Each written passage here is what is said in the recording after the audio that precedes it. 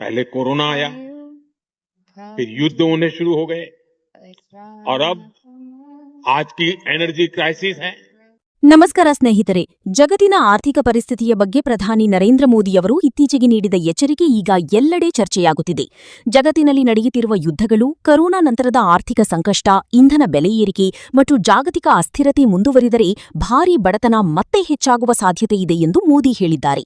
ಮೋದಿಯವರ ಮಾತಿನ ಪ್ರಕಾರ ಕಳೆದ ಹಲವು ದಶಕಗಳಲ್ಲಿ ದೇಶಗಳು ಸಾಧಿಸಿದ ಅಭಿವೃದ್ಧಿ ಮತ್ತು ಆರ್ಥಿಕ ಪ್ರಗತಿ ಕೆಲವೇ ವರ್ಷಗಳಲ್ಲಿ ಹಿಂತಿರುಗುವ ಅಪಾಯ ಎದುರಾಗಿದೆ. ವಿಶೇಷವಾಗಿ ಮಧ್ಯಮ ಮತ್ತು ಬಡವರ್ಗದ ಜನರಿಗೆ ಇದರ ದೊಡ್ಡ ಹೊಡೆತ ಬೀಳಬಹುದು ಎಂದು ಅವರು ಎಚ್ಚರಿಸಿದ್ದಾರೆ. ಇಂಧನದ ಬೆಲೆ ಏರಿಕೆಯಿಂದ ಸಾಮಾನ್ಯ ಜನರ ಜೀವನ ವೆಚ್ಚ ಹೆಚ್ಚುತ್ತಿದೆ. ಆಹಾರ ಪದಾರ್ಥಗಳ ಬೆಲೆ, ಸಾರಿಗೆ ವೆಚ್ಚ ಮತ್ತು ಉದ್ಯೋಗ ಕ್ಷೇತ್ರಗಳ ಮೇಲೂ ಇದರ ಪರಿಣಾಮ ಕಾಣಿಸುತ್ತಿದೆ. ಭಾರತ ಕೂಡ ಜಾಗತಿಕ ಆರ್ಥಿಕ ಪರಿಸ್ಥಿತಿಯಿಂದ ಸಂಪೂರ್ಣವಾಗಿ ದೂರವಿಲ್ಲ. ಜಗತ್ತಿನಲ್ಲಿ ಏನಾದರೂ ದೊಡ್ಡ ಆರ್ಥಿಕ ಸಂಕಷ್ಟ ಉಂಟಾದರೆ ಅದರ ಪರಿಣಾಮ ಭಾರತ ಮೇಲೂ ಬೀಳಬಹುದು ಎಂದು ವಿಶ್ಲೇಷಕರು ಹೇಳುತ್ತಿದ್ದಾರೆ. ಕೊರೋನಾ ನಂತರ ವಿಶ್ವ ಆರ್ಥಿಕತೆ ಇನ್ನೂ ಸಂಪೂರ್ಣವಾಗಿ ಚೇತರಿಸಿಕೊಳ್ಳದಿರುವ ಸಂದರ್ಭದಲ್ಲಿ ಹಲವು ಯುದ್ಧಗಳು ಮತ್ತು ಅಂತಾರಾಷ್ಟ್ರೀಯ ಉದ್ವಿಗ್ನತೆ ಜಗತ್ತಿನ ಮಾರುಕಟ್ಟೆ ಮೇಲೆ ಒತ್ತಡ ತಂದಿವೆ.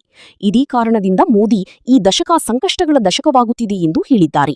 ಸ್ನೇಹಿತರೆ, ಮುಂದಿನ ದಿನಗಳಲ್ಲಿ ಜಾಗತಿಕ ಪರಿಸ್ಥಿತಿ ಹೇಗೆ ಬದಲಾಗುತ್ತದೆ, ಭಾರತ ಈ ಸವಾಲುಗಳನ್ನು ಹೇಗೆ ಎದುರಿಸಬಹುದು, ನಿಮ್ಮ ಅಭಿಪ್ರಾಯವನ್ನು ಕಮೆಂಟ್ ಮಾಡಿ ತಿಳಿಸಿ.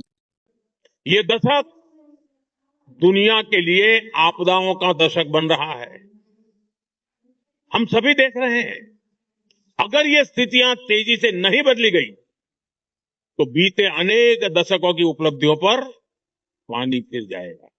दुनिया की बहुत बड़ी आबादी फिर से गरीबी के दलदल में चली जाएगी.